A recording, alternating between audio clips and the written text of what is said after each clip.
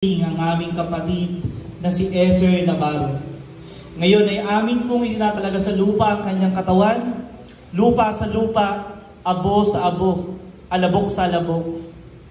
Panginoon, nagpapasalamat kami sapagkat binigyan po kami ng pagkakataon, makilala namin siya. Salamat, Panginoon. At ngayon habang siya ay inaalay namin pabalik sa inyo, aliwin mo kami, Panginoon, sa aming mga kalungkutan. Panginoon, palakasin niyo kami sa aming mga kahinaan. Bigyan mo kami ng lakas na harapin namin ng walang takot ang bukas dahil sa pag-asa na ikaw ang aagapay sa amin. Dalangin namin, Panginoon, na kaming nabubuhay pa ay marutong magpasalailalim sa inyong banal na kalooban upang makita namin, Panginoon, hindi ang mga lumbay, hindi ang aming kahinaan, hindi ang takot, kundi ang pag-ibig na punong-puno ng pag-asa.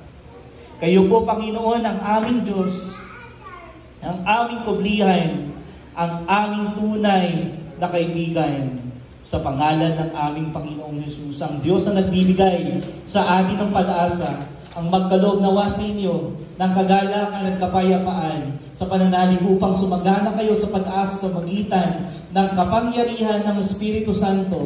Sumainyo nawa ang Diyos na pinagmumulan ng ating kapayapaan sa magitan ni Kristo Jesus na ating Panginoon at tagapagligtas ngayon at magpakailanman ng lahat ay magsabi ng Amen. Amen. Tapos na po ang ating funeral service. Pwede na po tayo. At dalhin po si Kuya Ezer sa tapos.